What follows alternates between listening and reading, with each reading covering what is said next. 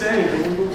Brilliant. Guys, thank you so much for all giving up some of your time this fairly wet and dreary Tuesday evening in January. I really appreciate you coming out to listen to predominantly our fantastic panel discussion, and if you'll put up with me just 10 minutes or so with me. For those of you that don't know, my name is Charlie Martin. I'm the CEO and founder of the Anti-Greenwash Charter. And in terms of structure for tonight's conversation, as I mentioned, I'm going to do 10 minutes or so just introducing a little bit about the work that we're doing at both the Anti-Greenwash Charter and TrueBark, and then I'm going to hand over to Ollie Parry, who will be conducting our rather expert panel we managed to pull together here tonight. At the end of that panel, there will be an opportunity for a Q&A for 10 minutes or so, and then afterwards we've got the room for an hour or so afterwards, so if anybody wants to stick behind and continue the conversation, then please do. So, to kick things off, and I know that we've got a number of marketing and communications people in the room here today, so I'm sure that this analogy will likely ring true for many of you. But the way that we have thought about the 21st century and the sort of conditions, if you like, in which we all communicate, is it's felt a little bit like the Wild West. We've had an absolute explosion in the amount of content being produced by both individuals and organisations, mainly supported or delivered by the rise of digital media and in particular social media. Now, that explosion in the amount of content that's being produced hasn't always married up with the quality of the communication standards that organisations have adopted. And this is really the kind of conditions that we find ourselves operating in here at the Anti-Greenwash Charter. In terms of what we do have, we know that we have regulations at play. Here in the UK, we have, for example, the Competition and Markets Authority's Green Claims Code. There are various other legal and regulatory frameworks that are doing their best.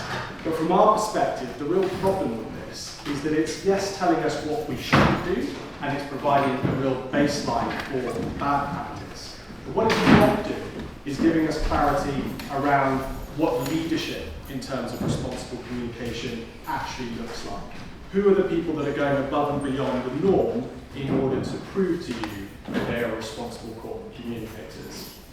And we think this is crucial because the opportunity at play now in the world that we live in is for those organisations that can prove once and for all and ongoing that they are taking the way that they communicate responsibly and are thinking about all of their stakeholders and the truth and trust that those organisations and individuals have in them.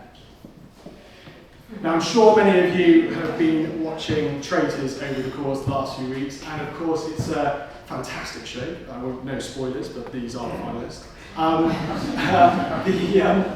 The thing that I think the show really highlights, obviously, is that there's a real a game of trust, if you like, going on within the game itself, and equally how that sort of manifests and relates to, well, really the crisis of trust going on in the world we live in. Trust in information and claims in comms more generally is at an all-time low, and we hear this all the time. Nobody trusts in anything that anybody says anymore. And this affects all stakeholders. It affects our consumers, our investors, our policymakers, and the wider public, and is a real issue of our time.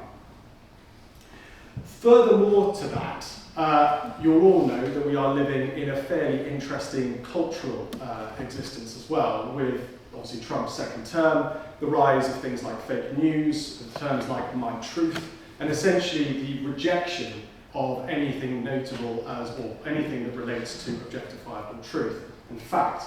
And this is, again, part of the problem that we have, is that we found ourselves in a real mess when it comes to how we communicate and how we trust in one another's communications. And what's the implication of this? Trust is at an all-time low. Why does it matter? What impact does it really have? Well, from our perspective, looking at it from the Anti-Greenwash Charter's lens, if you like, when trust breaks down, confidence erodes. And if confidence erodes, then decision-making suffers. We make decisions slower. We make them with less of an informed and confident position.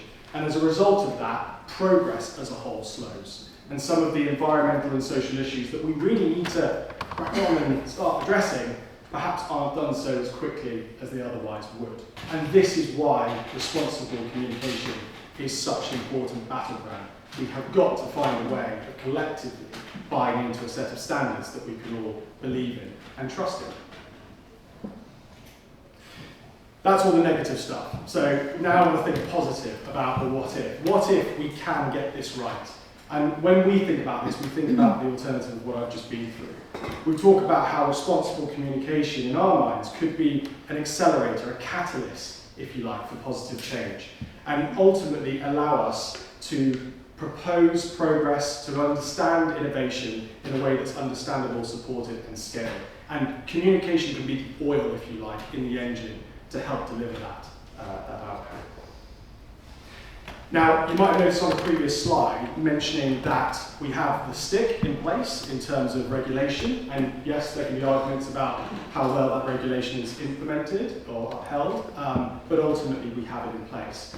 But what we feel we haven't had up until the point of creating the Anti-Greenwash Charter is a really clear carrot, an opportunity for organisations to prove their responsible marketing and communications credentials. And that's really what the Anti-Greenwash Charter is there to do. And how does it do it? Well, it ultimately is an organisation-wide public commitment to upholding key standards of marketing and communication practice, the very best standards. The way that it does this is by allowing organisations to conduct training, to conduct policy development and process and procedure implementation to ensure that as an organisation as a whole, they are embedding and integrating responsible comms best practice. The 4 principles or standards that all of our signatories aim to uphold are those that are mirrored from the Competition and Markets Authority's Green Claims Code and ultimately are the cornerstones and foundations of responsible comms. The impact of our work. So just to briefly describe to you some of the things that have happened as a result of organisations becoming signatories, the feedback that we've been getting, it really does all centre around an improvement in the internal conversations, the internal dialogue within organisations around how they communicate. It's all about producing clear governance, clear practice and procedure that allows the organisation to ultimately be confident when communicating about sustainability. And in a world where greenhushing is as much of an issue as greenwashing, that injection, if you like, of confidence within these teams is absolutely pivotal and critical if we're going to realise some of the points that I mentioned earlier about addressing some of the issues at play. But one of the things that we've realised during our work with the Charter is that principles and public statements and commitments are simply not enough. Our signatories have asked us for more support. They've said, look, we need some more support on the granular level of checking our content before it's published to make sure that it's not greenwashing and that it's not misrepresenting us. And that has led to the development of our sister organisation, TrueMark, which essentially is a verification service for individual pieces of content. And what we do is we essentially analyse content across 3 key areas. We look at the claims that are being made within the piece of content, making sure they're substantiated. We check the language that's being used in that piece of content to make sure it's aligned with the relevant regulation. And finally, we check the context. And this is crucial for omission-based misinformation, where essentially we're looking for what's not said in that particular piece of content and whether or not that full disclosure or lack of makes the piece of content misleading. From our perspective, we see these two as being very complementary, the Charter and TrueMark providing a full holistic offering when it comes to responsible communication. The Charter at the organisational level, embedding in a cultural sense and a governance sense, responsible marketing and communication best practice, and TrueMark offering that individual campaign by campaign verification that you have not fallen foul of any of those misinformation. Now, I've run out of time massively, so I'm going to rattle through this just to say that we have had clients that are now already working with us on both the Charter and now adopting TrueMark principles as well, and this is kind of what we hope to see more of as we move forward, organisations adopting both. 5 minutes after I was supposed to end, I'll pass over to Ollie. Ollie, thank you very much.